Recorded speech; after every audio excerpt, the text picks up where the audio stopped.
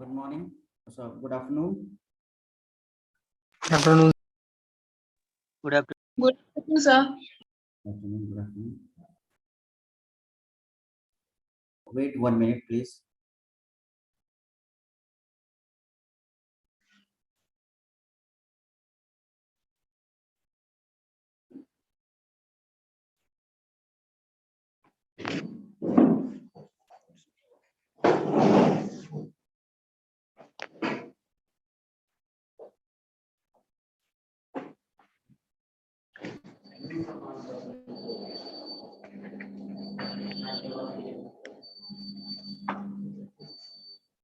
आप एक काम करिए, उस क्लासरूम में बैठ जाइए, उस क्लासरूम में बैठ जाइए।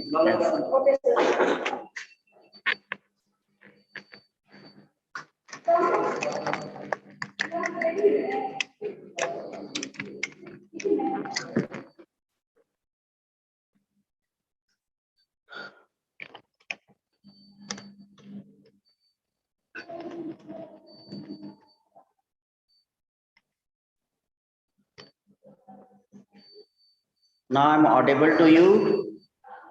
Yes, sir. Okay.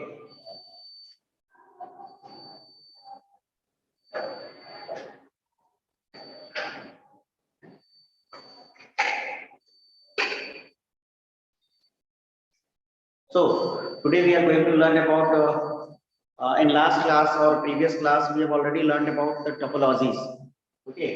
So topology हमने पढ़ ली थी ना? Yes, sir. वायर्ड के बारे में पढ़े थे, वायर्ड वायरलेस।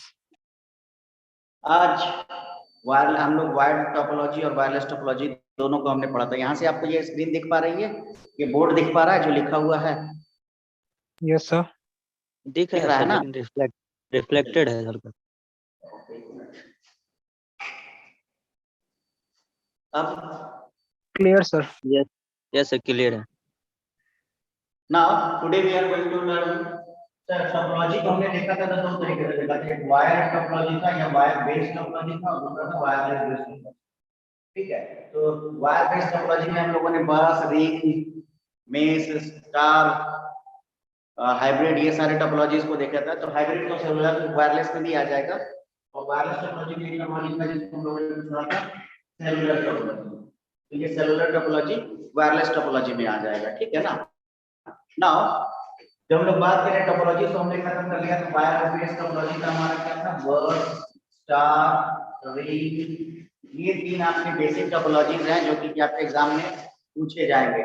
बाकी जो बचे के टोपोलॉजीज हैं ये आपके सिलेबस में इतना नहीं है। बस, स्टार, रिंग जो बीएससी आईटी वाले हैं उनके लिए सिलेबस में कुछ बढ़ाया गया है, तो वो है आपका मेश है, ट्री है। ठीक है, ये दो टोपोलॉजी में है। इसके अलावा हमारे पास टोपोलॉजी और एक हाइब्रिड। इसके अलावा हमारे पास क्या है? हाइब्रिड के अलावा फुल्ली कनेक्टेड है। और जब हम लोग वायरलेस टोपोलॉजी की बात करते हैं तो ये किसी में नहीं है, जो सेलुलर टोपोलॉजी की बात हम लोग कर रहे हैं ये किसी सिलेबस में नहीं है। लेकिन खैर हमें पढ़ना है, जानना है कि सेलुलर टोपोलॉजी भी कुछ होती है, तो ये सेलुलर टोपोलॉजी हमने डिस्कस किया। अब हम लोग डिस्कस करेंगे ट्रांसमिशन मीडिया के बारे में। So we now going to learn about transmission media. Transmission media, transmission media. So transmission media, so we have different type of transmission media. First one is known as guided media and another one is known as unguided media. इस guided media को हम लोग बोलते हैं bounded media और इस unguided media को बोलते हैं unbounded media. So we have two types of media in transmission media. One is known as guided media, another one is known as unguided media. One is known as bounded media, another one is known as unbounded media. So what is the basic difference between guided media and unguided media, or bounded media and unbounded media? So just take an example for differentiate between these two medias. So first of all, when we talk about bounded media, so there is a term bounded. So bounded comes from foundation. So I think there is some foundation, there is some boundary. And when we talk about unbounded, so there is no boundary. It says there is no boundary. So what it means? The boundary and the no boundary. So just take an example. We have a basic phone and we have a mobile. We have two entities or two communication channels we own. That is the basic phone, the wire based phone, the phone from BSNL, and the another one everyone have mobile phone. So there is a phone, your phone rings, the basic phone rings, and your friend, relative, someone calls you on your basic phone, and you have some urgency and want to go outside from your home. So just you pick up the call and say, oh, I'm a little bit busy, so I'll talk you later. Okay, and you just drop the phone and go outside. But the same call comes with your mobile phone. You just pick the mobile phone. हाँ बोलिए क्या कह रहे हैं. और बोलते बोलते you go out from your home or go out from the house. So what is the basic difference? In one condition you just drop the phone, and another condition you pick the phone and go out by talking on the mobile phone. So there is two condition. जो मैंने अभी ये बातें बताई कि let suppose कि आपके पास आपके घर पे बेसिक फोन है, फोन आया, आपने फोन पिक किया, आपको अर्जेंसी है, आपको जाना है, आप कहते हैं अभी फोन रखते हैं, बाद में बात करते हैं. दूसरा है कि फोन आया मोबाइल पे, आप बात करते करते आगे निकल गए और घर से निकल गए. दोनों में बात ही हो रही है, सेम है, इंसान ने फोन किया, लेकिन कंडीशन क्या है कि आपने फोन काट दिया, एक में फोन पे बात करते चले गए. कारण ये था कि बेसिक फोन को आप एक जगह से दूसरी जगह नहीं ले जा सकते, वहीं पे जो मोबाइल फोन है उसको आप कहीं पे भी ले जा सकते हो. उसमें मोबिलिटी है, मोबाइल बना है मोबिलिटी से. So there is the option of mobility, but in basic phone there is no mobility.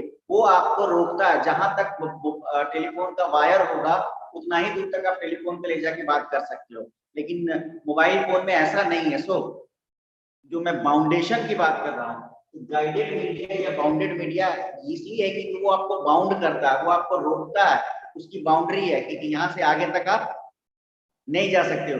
यही एरिया होगा आपका कम्युनिकेशन का.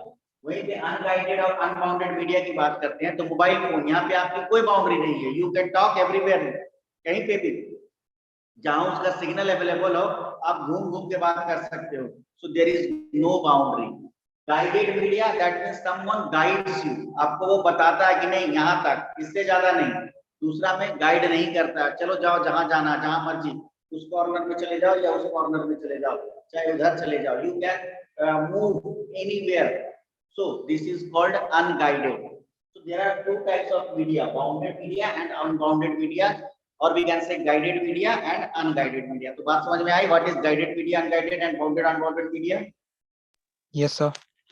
Okay, so now अब यहाँ पे हम लोग डिफरेंशिएट करेंगे कि गाइडेड मीडिया अनगाइडेड मीडिया को अगर हम लोग थोड़ा सा और इसमें इसका क्लासिफिकेशन करें तो in guided media we have three types of media. यहाँ पे हम लोग केवल उन मीडिया की बात करेंगे, there are several types of media, but यहाँ पे हम लोग केवल उस मीडिया की बात करेंगे जिसका इस्तेमाल कंप्यूटर साइंस करता है, जिसका इस्तेमाल कंप्यूटर साइंस करता है. चलिए तो क्या क्या है.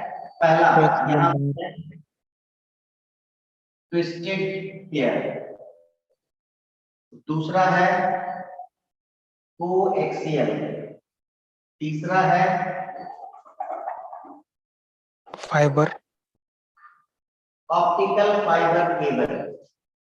फर्दर इस ट्विस्टेड पेयर को आप फिर से क्या कर सकते हो, दो भागों में तोड़ सकते हो. पहला कहलाता है शेडेड ट्विस्टेड पेयर और दूसरा कहलाता है अनशेडेड ट्विस्टेड पेयर. उसी तरीके से कोएक्सियल भी दो तरह का होता है, एक बेस बैंड होता है और ब्रॉडबैंड, ब्रॉडबैंड होता है.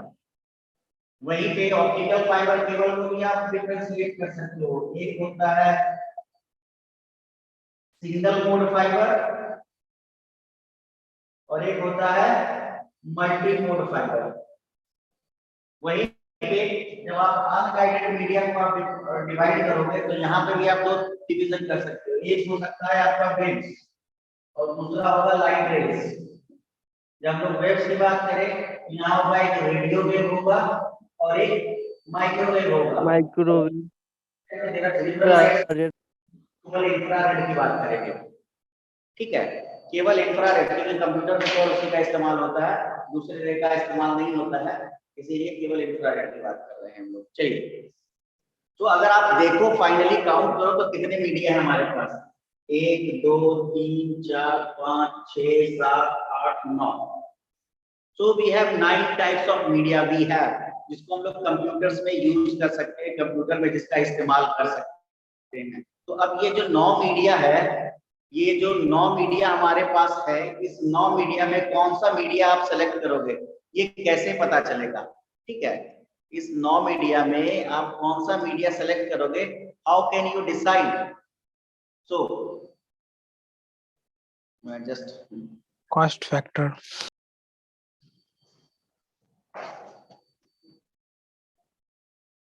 आई थिंक अब आपको साफ साफ दिखाई पड़ रहा होगा। Yes, sir. परफेक्ट है सर। Yes, sir.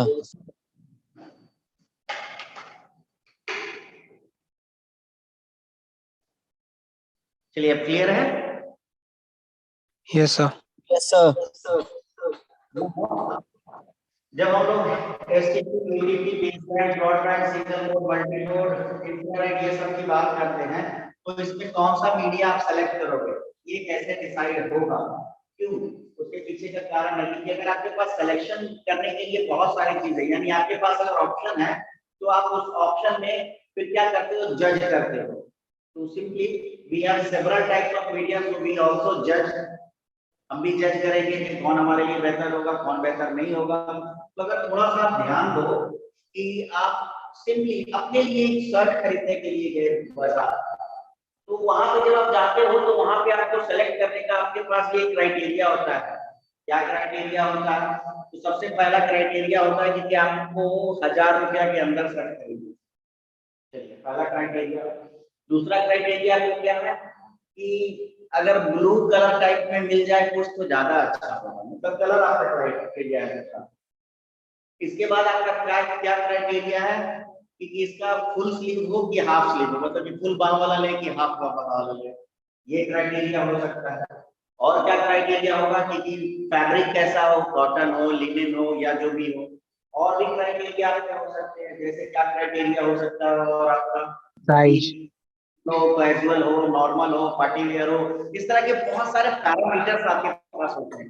और उन पैरामीटर्स पे आप सेलेक्ट करते हो, क्योंकि दुकान में तो हजारों शर्ट है, उसमें आप कौन सा शर्ट सेलेक्ट करोगे? तो उसके लिए आप क्या करते हो, अपने पास कुछ पैरामीटर रखते हो, उस पैरामीटर में मैच कराते हो कि आप वाले में कौन सा पैरामीटर, आपके पैरामीटर में कौन सा वाला शर्ट फिट आ रहा है। बिल्कुल उसी तरीके से हमारे पास यहाँ पे बुके है इसका मीडिया का, तो हमारे लिए कौन सा मीडिया फिट होगा हमारे नेटवर्क के लिए, वो हमको जज करना पड़ेगा। तो जज कैसे करेंगे? तो इसका मतलब हमारे पास भी कुछ पैरामीटर्स होने चाहिए। जब तक हमारे पास पैरामीटर्स नहीं होगा हम जज नहीं कर सकते। ठीक है, तो व्हाट आर द पैरामीटर्स? जैसे भी शर्ट को परचेज करने के लिए हमने डिफरेंट पैरामीटर्स के बारे में डिस्कस किया था कि कलर है, पैटर्न है, प्राइस है, फैब्रिक है, इस तरह के सब पैरामीटर्स है। तो उसी तरीके से यहाँ पे जब इतने सारे मीडिया हमारे पास है तो इनको भी सेलेक्ट करने का कोई तो पैरामीटर हमारे पास होगा कि कौन सा मीडिया हम सेलेक्ट करें, व्हाट आर द पैरामीटर्स। तो वो पैरामीटर्स क्या है पहले वो समझते हैं।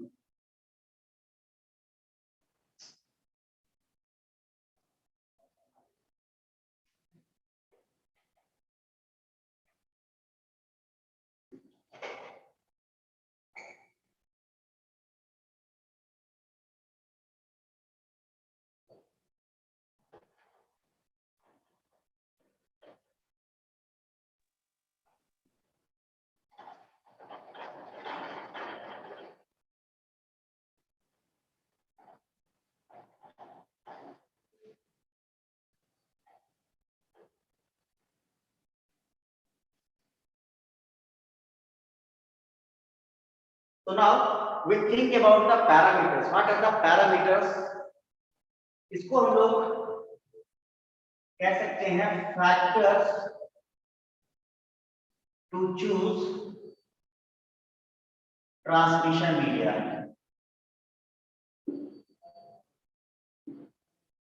और इसी को एक टर्मिनोलॉजी में यूज करते हैं जिसको हम लोग कहते हैं ट्रांसमिशन इम्पेयरमेंट्स, ठीक है।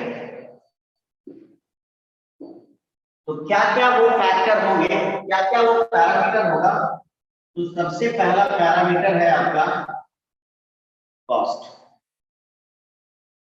कॉस्ट, इसके बाद दूसरा पैरामीटर है आपका एटेन्युएशन।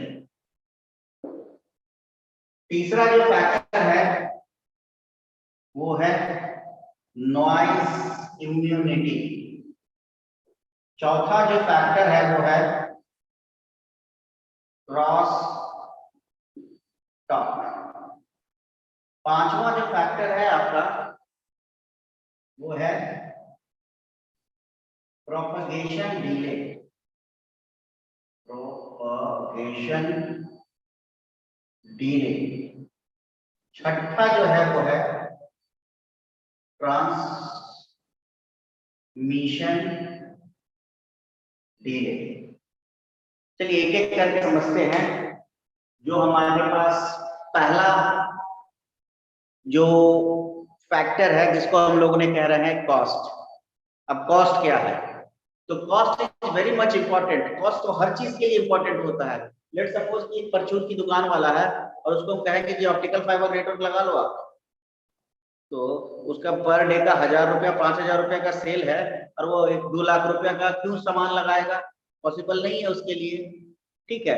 लेकिन वही माइक्रोसॉफ्ट के लिए वही जरूरी है, तो वो ऑप्टिकल फाइबर लगाएगा। तो डिपेंड करता है कि किसका परचेसिंग पावर कितना है, किस ऑर्गेनाइजेशन की जरूरत क्या है और वो कितना उसके पास बजट है, उसके अकॉर्डिंगली हम ट्रांसमिशन मीडिया को सिलेक्ट करते हैं। जैसे अगर देखा जाए तो सबसे बढ़िया जो आप शर्ट ही खरीदने के लिए गए तो वहां पे बहुत अच्छा क्वालिटी का आपको शर्ट मिला, लेकिन उसका प्राइस है 10,000 रुपया या 8,000 रुपया, और एक थोड़ा सा उससे लो ग्रेड क्वालिटी है, इसका कीमत 2,000 रुपया है। तो आप किसको प्रेफर करोगे? कि वो कितना भी अच्छा क्यों ना हो, ऑप्टिकल फाइबर बहुत अच्छा है लेकिन उसकी परचेसिंग पावर हमारी नहीं है, तो आप लोग क्या करेंगे कि चलो ठीक है कम वाले में काम चला लेते हैं। तो कॉस्ट इसीलिए एक बहुत इंपॉर्टेंट फैक्टर है कि कोई भी ऑर्गेनाइजेशन जब नेटवर्क बनाएगा या अपना नेटवर्क सेटअप करेगा तो वो कौन सा मीडिया सेलेक्ट करेगा, वो डिपेंड करेगा कि ऑर्गेनाइजेशन किस लेवल का है। तो कॉस्ट उसमें एक बहुत बड़ा फैक्टर अदा करता है, क्योंकि प्राइस आपका क्या आ रहा है, कितना खर्च पड़ रहा है अगर हम इस मीडिया को सेलेक्ट करेंगे तो। चलिए अब एक दूसरा टर्मिनोलॉजी है जिसको हम लोग कहते हैं एटेन्युएशन। अब यहाँ से हम लोग थोड़ा सा फिजिक्स पढ़ना शुरू करेंगे। एटेन्युएशन, एटेन्युएशन क्या होता है? चलो आप लोगों ने रेजिस्टेंस के बारे में पढ़ा है। Tell me what is resistance? Register या फिर रेसिस्टर सर? रेजिस्टेंस टर्मिनोलॉजी जो है, रजिस्टर तो हो गया कंपोनेंट, रेजिस्टेंस क्या होता है? वो जो करंट फ्लो करता है करंट, तो अपोजिशन लगता है जो कि वायर के थ्रू उसको करते रहे। वायर को करंट, वायर में जो एक प्रॉपर्टी है जो कि करंट को फ्लो होने से रोकता है।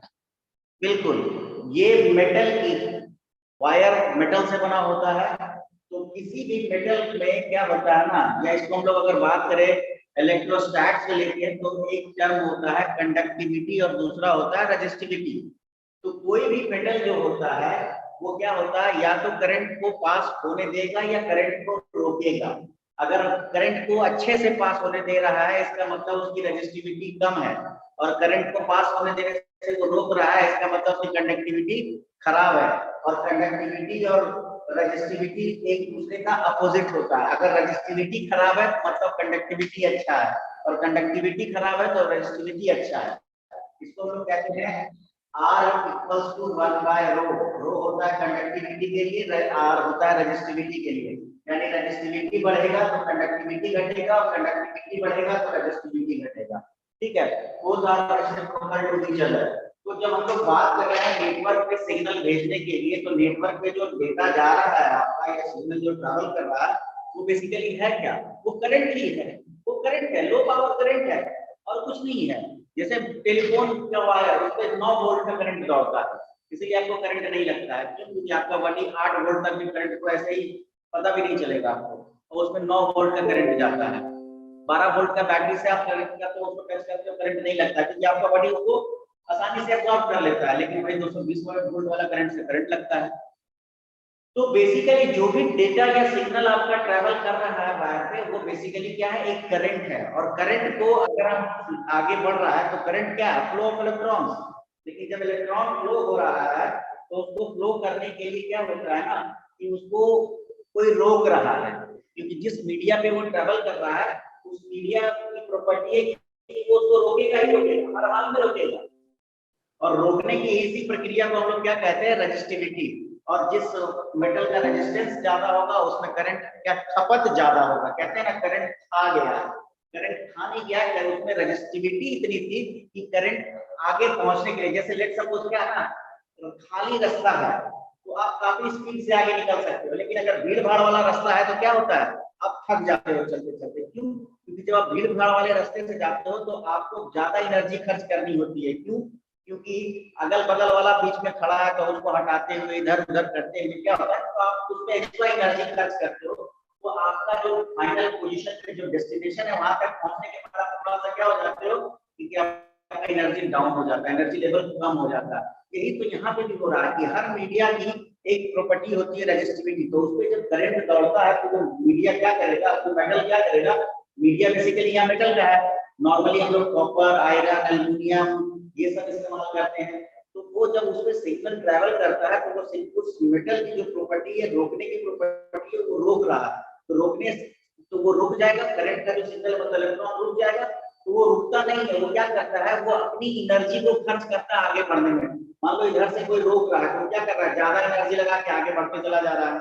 ठीक है, तो इस कंडीशन में होता क्या है कि जब एक जगह से सोर्स से डेस्टिनेशन तक जब हम लोग ट्रैवल करते हैं तो याद करो आप लोगों ने करंट में पढ़ा होगा पीडी, पोटेंशियल डिफरेंस। चलो कौन बताएगा पोटेंशियल डिफरेंस को, जिसको आप सब दो पोटेंशियल के बीच में डिफरेंस जिसमें करंट फ्लो करता है। बोलो कौन बताएगा पोटेंशियल डिफरेंस? IR सर, हाँ, V equal to IR। V equals to IR। देखो पोटेंशियल डिफरेंस सिंपली क्या है कि ये एक पॉइंट है और ये दूसरा पॉइंट है। जब यहाँ से यहाँ तक इलेक्ट्रॉन फ्लो होता है तो यहाँ पे जो पोटेंशियल होगा, यहाँ जो वोल्ट होगा और यहाँ जो वोल्ट होगा, उस दोनों में कुछ ना कुछ अंतर आएगा। यानी मान लो यहाँ पे 10 वोल्ट था तो ये जब यहाँ से यहाँ तक ट्रैवल किया तो ये 10 की जगह 8 वोल्ट भी रह जाएगा।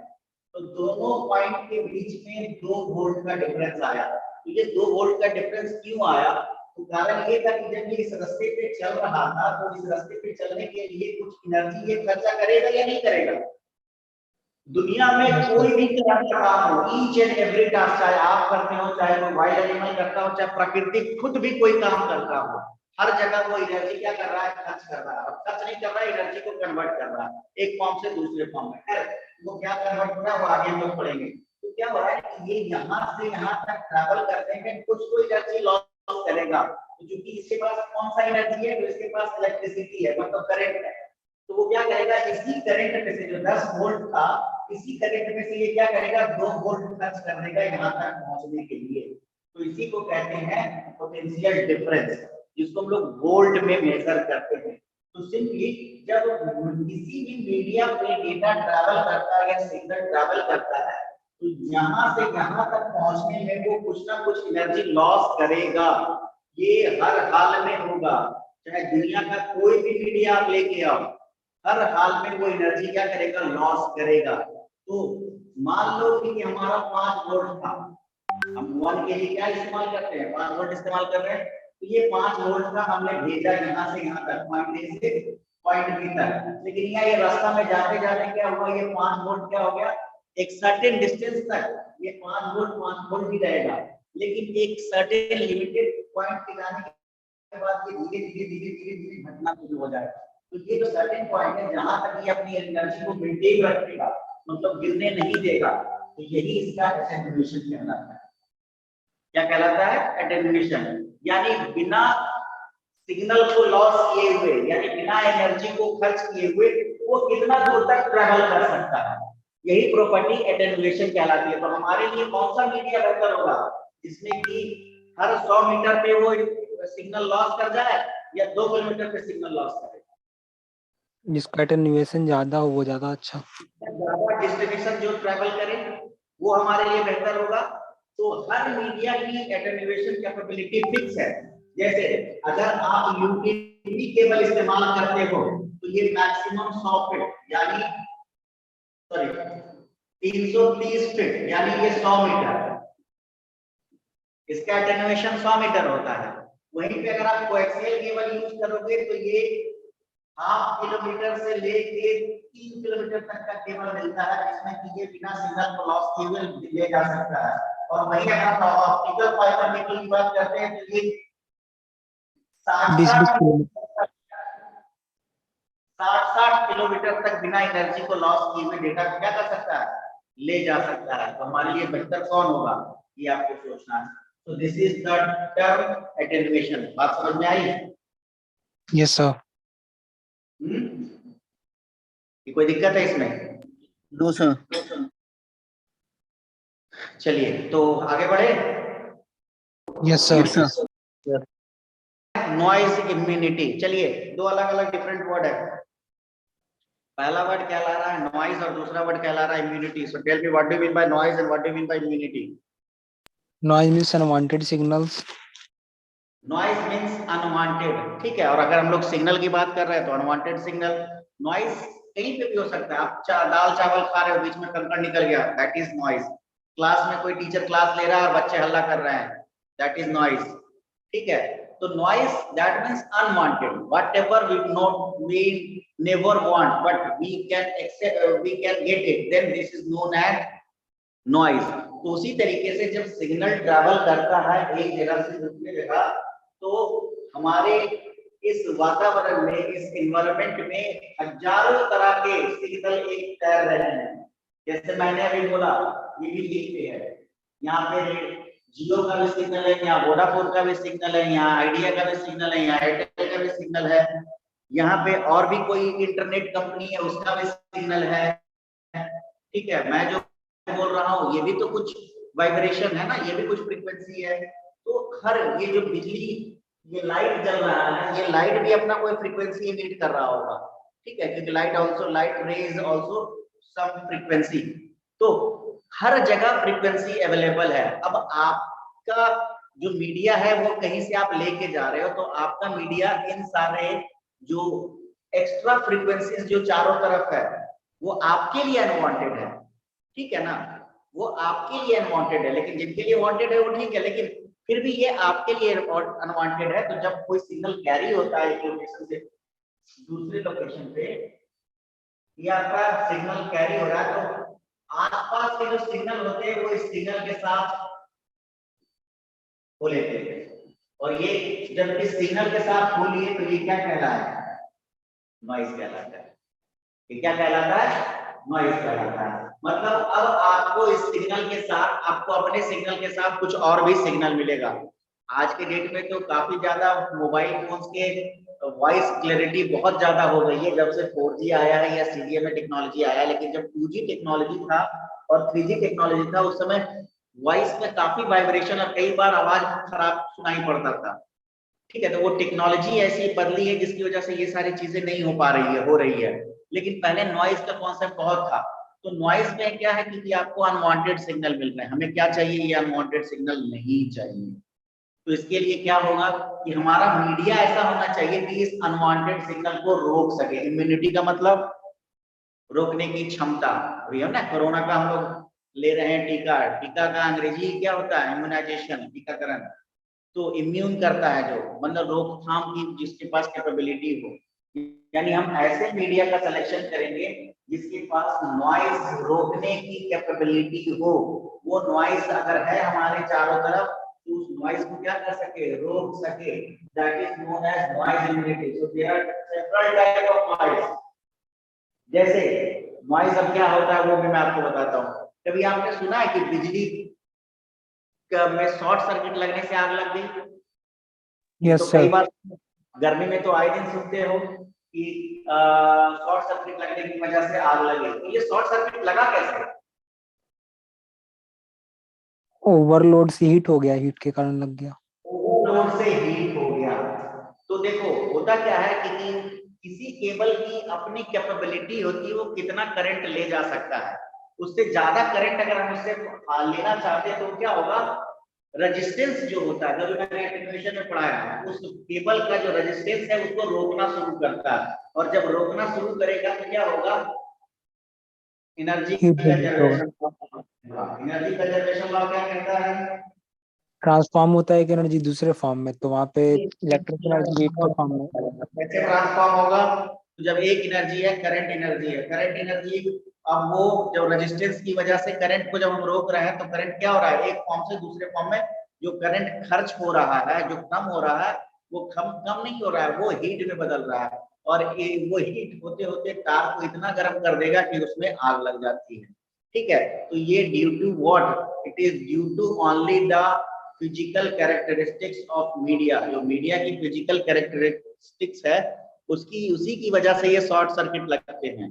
ठीक है ना, तो खैर मैं यहाँ बता रहा था इम्यूनिटी, तो इन सब से कैसे वो कितना रोक सकता है, तो एक होता है नॉइज में, एक थर्मल नॉइज भी होता है, एक नॉइज होता है जिसको हम लोग कहते हैं थर्मल नॉइज।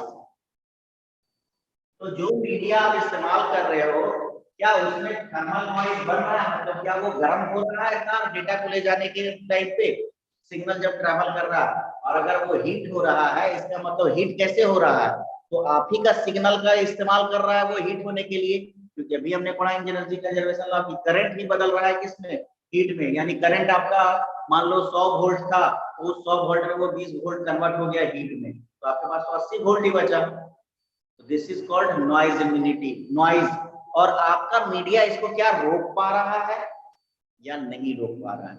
एक होता है जिसको हम लोग कहते हैं EMI, electromagnetic interference. Electromagnetic interference ये एक टर्म है जिसमें कि इलेक्ट्रोमैग्नेटिक इंटरफेरेंस, हमारे चारों तरफ इलेक्ट्रोमैग्नेटिक सिग्नल है। रोबोट 2.0 देखा होगा आप लोगों ने, यस सर, क्या दिखाया उसने, कि इलेक्ट्रोमैग्नेटिक नेगेटिव इलेक्ट्रिक रहता है सर। हमारे चारों तरफ, हम लोग चारों तरफ इलेक्ट्रोमैग्नेटिक सिग्नल से घिरे हुए हैं। मैं आपको बता दूं, आज का न्यूज़पेपर में अमेरिका में 5G स्टार्ट हुआ है कुछ जगहों पे, तो जितनी सारी फ्लाइट उड़ाने हैं वो रोक दी गई हैं। क्यों रोक दी गई है, कारण ये है कि बहुत सारे फ्लाइट का जो ब्रेक सिस्टम है वो इसी सिग्नल पे काम करता है, तो वो 5G का सिग्नल उस पे इंटरफेयर करेगा, क्योंकि 5G का सिग्नल ज्यादा मजबूत है उस ब्रेक वाले सिग्नल से, तो क्या करेगा, जो ज्यादा मजबूत सिग्नल है वो कम मजबूत सिग्नल को कहेगा कि चलो हटो। कहावत यही है ना कि कमजोर आदमी को जो मजबूत आदमी है उसको मजबूत आदमी हटा देता है, सिग्नल के साथ भी यही अप्लाई होता है कि अगर मजबूत सिग्नल है तो कमजोर सिग्नल अपने आप खत्म हो जाएगा। तो इस वजह से उन जगह की उड़ानें रद्द कर दी गई है, क्योंकि एक्सीडेंट की गुंजाइश बढ़ गई है। इसीलिए आज कई सारे लोग, कितने हजार भारतीय अमेरिका में ही पड़े हुए हैं। कारण क्या है, तो यही था इलेक्ट्रोमैग्नेटिक इंटरफेरेंस। मैं आपको आज का एग्जांपल दे रहा हूँ इलेक्ट्रोमैग्नेटिक इंटरफेरेंस क्या है। ठीक है, तो यानी अब आपका जो मीडिया है, मतलब कि जो मीडिया इस्तेमाल कर रहा है प्लेन वाला अपना ब्रेक लगाने के लिए, वो मीडिया मतलब सही नहीं है, क्यों 5G के आने के बाद अब उसको रिप्लेस करना पड़ेगा, कोई दूसरा सॉल्यूशन ढूंढना पड़ेगा उनको। तो ये एक तरह का नॉइज है, और इस नॉइज की मदद वजह से आपके सिग्नल के ट्रांसमिशन में प्रॉब्लम हो सकती है। तो आपका जो मीडिया है वो उसको कितना रोक सकता है, उसमें रोकथाम की गुंजाइश है या नहीं है, ये इंपॉर्टेंट फैक्टर है, ये इंपॉर्टेंट बात है। चलिए, तो ये था इलेक्ट्रोमैग्नेटिक इंटरफेरेंस। इलेक्ट्रोमैग्नेटिक इंटरफेरेंस मतलब कि हमारे आसपास जो आपका मोबाइल का जितना भी सिग्नल है वो सारे इलेक्ट्रोमैग्नेटिक सिग्नल होते हैं, और ये इलेक्ट्रोमैग्नेटिक सिग्नल आपके मीडिया को कितना ज्यादा क्या कर सकते हैं, इफेक्ट कर सकते हैं, ये आपको देखना है, आपको समझना है। वैसे टाइम अब लगभग खत्म होने वाला है, 1-1.5 मिनट का टाइम बचा है, तो किन्हीं का सवाल है तो मेरे से पूछ सकते हो, बाकी हम लोग आगे नेक्स्ट क्लास में डील करेंगे। किन्हीं का कोई सवाल? ये वाईफाई राउटर ये सब भी रेडियो वेव के फ्रीक्वेंसी में आता है। वाईफाई राउटर 24.1 गीगाहर्ट्ज की फ्रीक्वेंसी पे काम करता है। आगे पढ़ेंगे हम लोग। जो हम लोग अनगाइडेड मीडिया पढ़ेंगे ना, उसमें मैं बताऊंगा इन सारी चीजों को। और किसी का कोई सवाल? स्क्रीनशॉट ले नहीं लिए सर। हो? अटेंडेंस ले लो, सेंड कर दो, Yes, sir. कभी भी बंद हो सकता है। चलो ठीक है, आज के लिए इतना ही।